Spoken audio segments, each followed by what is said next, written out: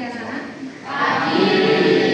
Baik, hari ini kita akan melanjutkan materi IPA, yaitu tentang proklamasi kemerdekaan Indonesia.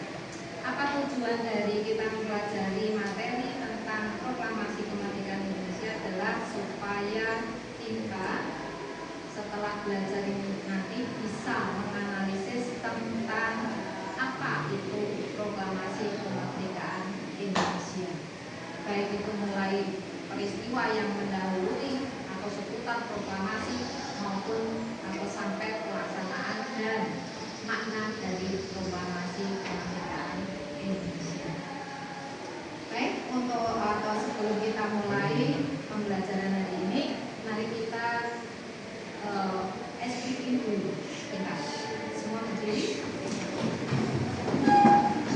Kita gunakan SPP dengan tepuk 1, 2, 3, 4, 5. Masih ingat ya? Kita mulai.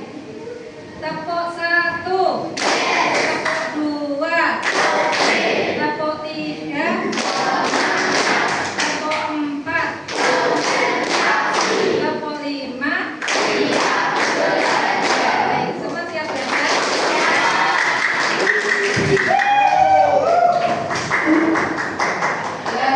Baik, nanti atau hari ini kita menggunakan metode NHT. Apa itu NHT? Number Head Together. Jadi nanti kelas akan kita bagi menjadi beberapa kelompok dengan anggota 4 orang. Jadi maksimal 4 orang saja.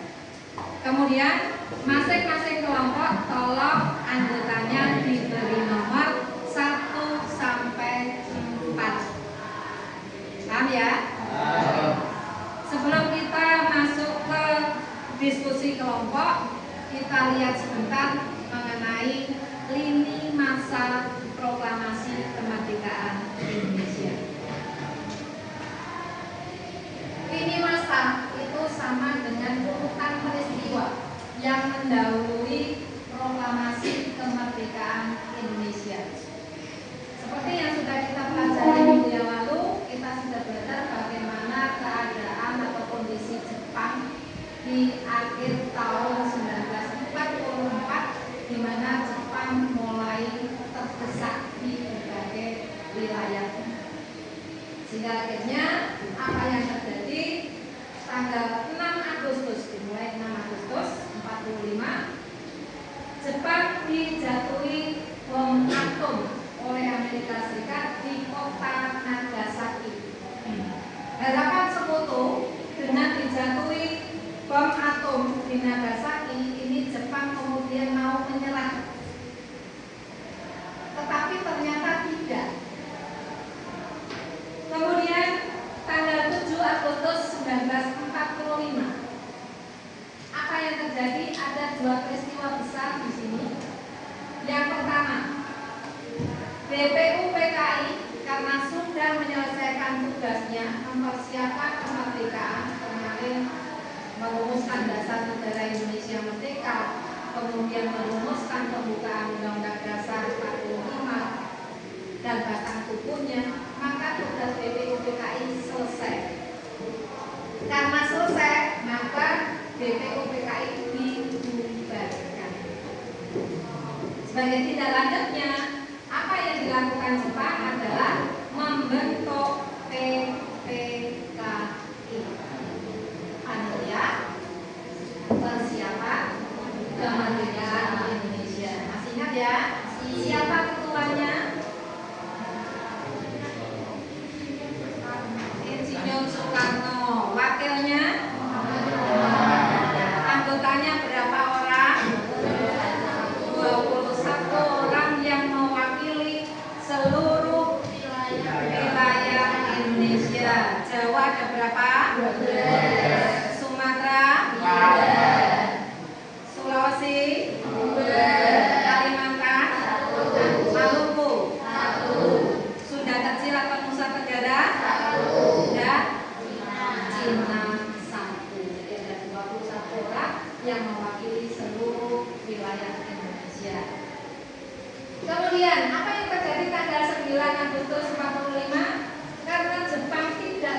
sudah menyerah, maka kembali Amerika Serikat menjatuhkan bom atom yang kedua, yaitu di kota Hiroshima.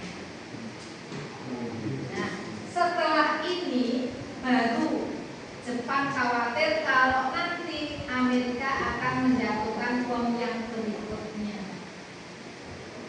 Maka akhirnya untuk memenuhi janjinya kepada Indonesia, janji apa? Pemberian kemerdekaan, maka tanggal 12 Agustus 45 Jepang memberikan janji kemerdekaan kepada Indonesia yang disampaikan kepada 3 utusan Indonesia. Kemana mereka mendengarkan janji atau pemberian janji kemerdekaan ini? Ke Dalat, Vietnam. Jadi 3 tokoh ini harus ke Dalat, Vietnam untuk mendengarkan pemberian janji kemerdekaan dari Jepang yang disampaikan oleh Marsekal Terauchi. Siapa 3 tokoh ini? Adalah Ketua PPKI, Wakil Ketua PPKI, dan mantan Ketua BPU PKI. Berarti siapa saja? Insinyur Soekarno, Muhammad Hatta, mantan Ketua BPU PKI, Rajiman Wordiodiningrat. Jadi 3 tokoh ini yang pergi ke Dalat, Vietnam untuk menerima janji kemerdekaan Indonesia.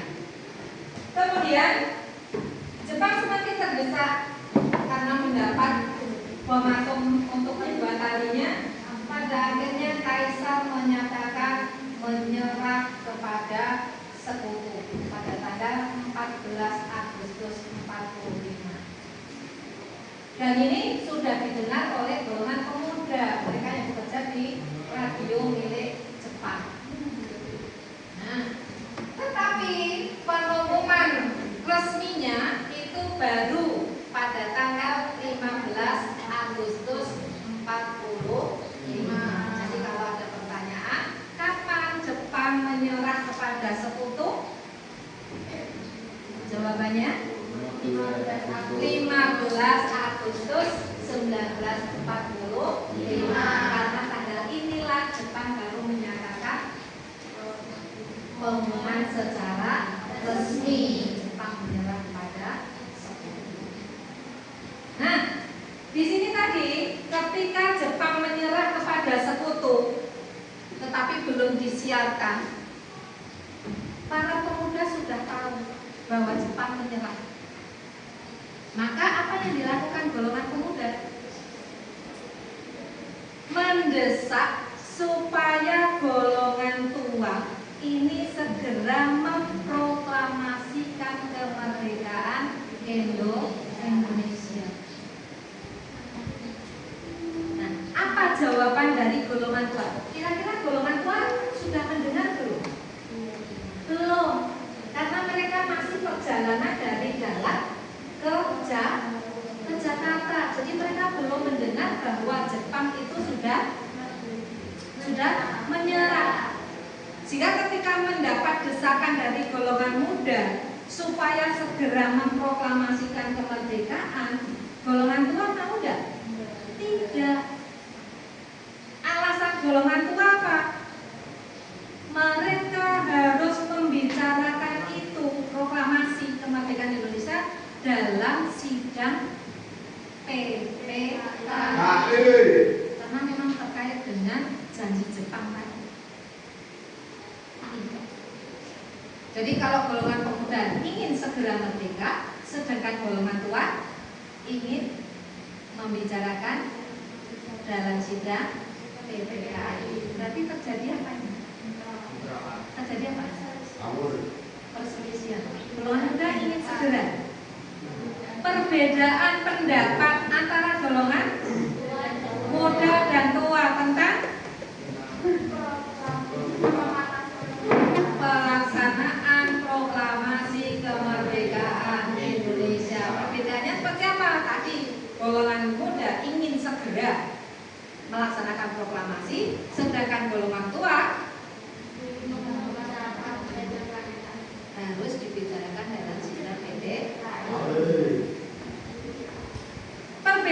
pendapat inilah yang menjadi penyebab terjadinya peristiwa Rengas Dengklok.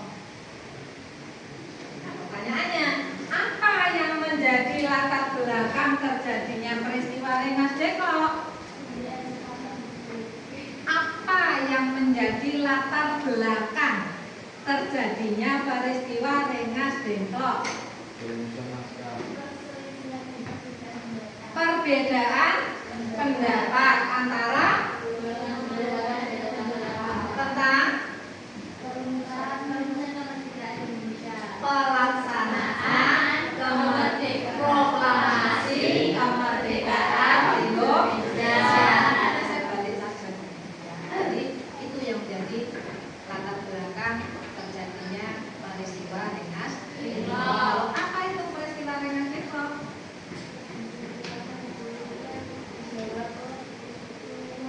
Ya. Jadi peristiwa pengamanan, sebenarnya bukan penculikan, tetapi pengamanan Insinyur Soekarno dan Muhammad Hatta dan oleh siapa? Oleh golongan muda dan dibawa ke Rengas Dengklok. Pak sekarang, kenapa yang diculik itu Insinyur Soekarno dan Muhammad Hatta? Karena Soekarno ketua Muhammad Hatta wakilnya. Alasannya? Kenapa kok ketua dan wakilnya PPKI yang diambil? Karena mereka bisa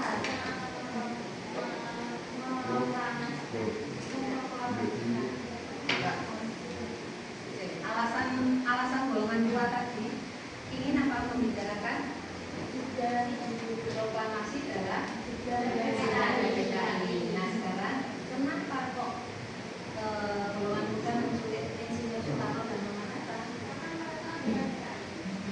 Jadi kalau nggak ada Insinyur Soekarno sama Muhammad Hatta nggak jadi tidak betul tepat. Jadi kenapa Insinyur Soekarno dan Muhammad Hatta yang diculik pada golongan tua itu banyak? Ada Rajiman, ada Ahmad Subarjo, tapi kok Insinyur Soekarno dan Muhammad Hatta yang diculik? Karena beliau berdua adalah pimpinan PPKI, ketua dan wakil PPKI. Kalau kedua tokoh ini diculik, maka sidang PPKI gagal.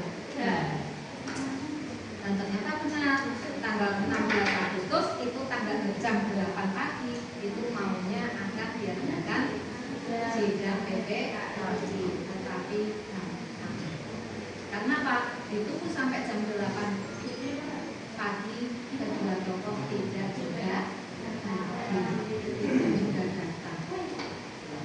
Nah, Ahmad Subarjo tahu bahwa ini adalah tindakan dari kaum muda. Maka akhirnya Ahmad Subarjo mencari ke Rengas Dengklok dan membawa kedua tokoh untuk kembali ke Jakarta, kemudian melaksanakan perumusan naskah proklamasi. Siapa yang merumuskan naskah proklamasi kemerdekaan Indonesia? Insinyur Soekarno, Muhammad Hatta. Siapa lagi? Yang menjemput tadi Ahmad Subarjo. Jadi beliau bertiga yang merumuskan naskah proklamasi. Dirumuskan di mana? Rumahnya siapa? Laksamana Maeda. Loh Bu, kenapa kok di kediaman orang Jepang? Karena Laksamana Maeda menyatakan akan tetap menjaga keamanan dan tidak akan ikut campur tangan dalam perumusan naskah proklamasi. Jadi ketika perumusan naskah proklamasi, mereka ada di ruang makan. Laksamana Maeda ada di dalam ruang kamar tidurnya, jadi sama sekali tidak ikut andil dalam perumusan naskah proklamasi. Kemudian di ruang tengah itu ada golongan pemuda dan beberapa anggota PPKI ada di ruang tengah. Jadi siapa yang menulis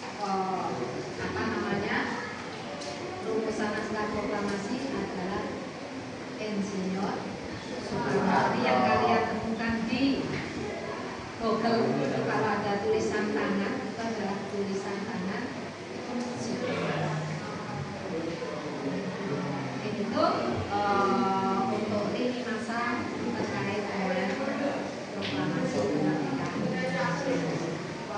Sekarang kita akan adakan diskusi kelompok.